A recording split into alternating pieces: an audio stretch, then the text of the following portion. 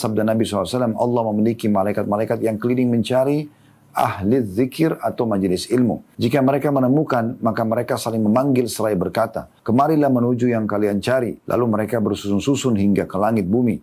Kemudian Rabb mereka bertanya, dan dia lebih tahu atas apa yang mereka kerjakan. Apa yang hamba-hambaku lakukan? Maka para malaikat mengatakan, mereka bertasbih kepadamu, bertakbir, bertahmid, dan memuji kepadamu. Hadis ini riwayat Bukhari. Hadis riwayat Muslim, kata Nabi SAW kurang lebih artinya ya, tidaklah satu kaum berkumpul di salah satu rumah dari rumah-rumah Allah, maksudnya masjid, untuk membaca kitabullah, Al-Quran, dan saling mengajar di antara mereka. Ya. Melainkan sakinah atau ketenangan atau ketentraman akan turun pada mereka. Dan para malaikat mengitari mereka. Dan Allah menyanjung mereka di hadapan para malaikat yang berada di sisinya. Jadi berarti malaikat hadir pada saat Anda belajar di halaqah Al-Quran. Kemudian Nabi SAW juga bersabda tentang masalah Jumat. Ada dua hadis itu tentang masalah majelis ilmu. Kalau tentang Jumat, khutbah Jumat, ya, dan hadir di Jumat itu sebagaimana sabda Nabi SAW dalam hadis Bukhari, yang artinya apabila telah tiba Jumat, maka pada setiap pintu masjid ada malaikat yang mencatat orang yang paling awal masuk masjid, kemudian orang-orang selanjutnya. Mereka ditugaskan Allah untuk mencatat memberikan pahala orang-orang lebih besar bagi orang yang datang awal-awal Jumat. Lalu ketika imam telah duduk di mimbar, maka mereka menutup buku catatan mereka lalu mendengarkan khutbah. Berarti kan malaikat ada di situ.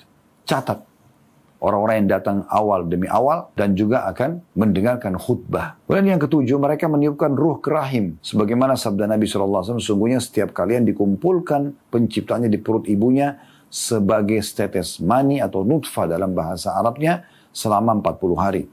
Kemudian berubah menjadi setetes darah atau alaqah dalam bahasa Arab selama 40 hari. Kemudian menjadi segumpal daging atau mudghah dalam bahasa Arabnya selama 40 hari.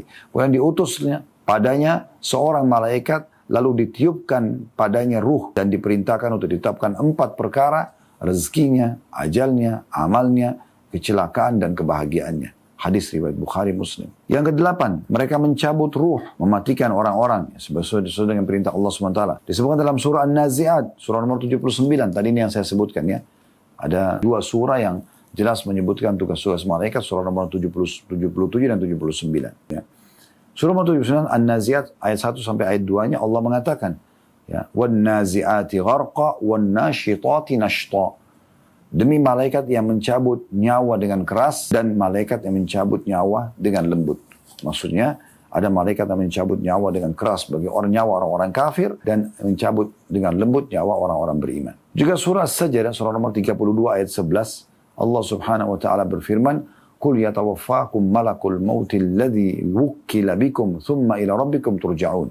Katakan hai Muhammad, malaikat maut yang diserahi untuk mencabut nyawamu akan mematikanmu. Kemudian hanya kepada Tuhanmu kamu akan dikembalikan. Itu kan mereka yang mencabut ruh. Yang kesembilan, mereka merawat bumi. Mereka lah yang menggantikan siang malam, menurunkan hujan, musim dingin, salju turun. Ini urusan malaikat semuanya. Anda bisa saksikan yang terjadi tapi tidak lihat kan yang melakukannya. Tapi sebagai orang beriman kita jadikan ini, kita jadikan sebagai rukun iman kita. Allah berfirman dalam surah An-Nazi'at, surah nomor 79 tadi, ayat 5-nya. "Falmudabbirati amra." Dan malaikat-malaikat yang mengurus dan mengatur urusan dunia. Kemudian yang ke-10, pertemanan dengan pecinta masjid. Mereka jadi sahabat orang-orang yang suka sholat di masjid. Dalam riwayat lain, diriwayatkan Ahmad. Kata Nabi SAW, sungguh masjid itu memiliki pondasi-pondasi dasar yang bisa membuat masjid itu selalu kokoh berdiri. Ya. Dan para malaikat, maksudnya ini adalah para pengunjung-pengunjungnya ya. Masjid itu punya pengunjung setia dan mereka itu adalah pondasi dasarnya masjid. Malaikat adalah teman duduk mereka. Kalau mereka lagi tidak hadir di masjid, maka para malaikat mencarinya. Dan pada saat mereka sakit, para malaikat menjenguknya. Dan kalau mereka sedang punya satu hajat, maka para malaikat menolongnya. Bagaimana? Allahu a'lam. Kuasa Allah SWT. Mungkin kadang-kadang Anda tiba-tiba muncul ide untuk keluar dari satu masalah Anda, selamat dari satu mara bahaya. Itu adalah interaksi malaikat dengan Anda. Lalu kata Nabi SAW, orang yang duduk di masjid akan mendapatkan 3 hal. Yang pertama, saudara yang akan memberikan manfaat. Teman-teman di masjid itu, yang sholat sama Anda, hanya akan memberikan manfaat. Anda ada masalah, Anda bisa konsultasi sama mereka. Ada masalah, Anda bisa minta bantuan, ya, bisa minta nasihat. Kalau Anda misalnya mau cari pahala, Anda tinggal cari jemaah masjid. Semua ada di sana. Au kalimatin hikmah, atau kalimat yang baik-baik. Tidak ada orang bicara buruk, kotor, jorok di masjid. Semua orang bicara baik. Au rahmatin muntadhara, atau rahmat yang sedang ditunggu.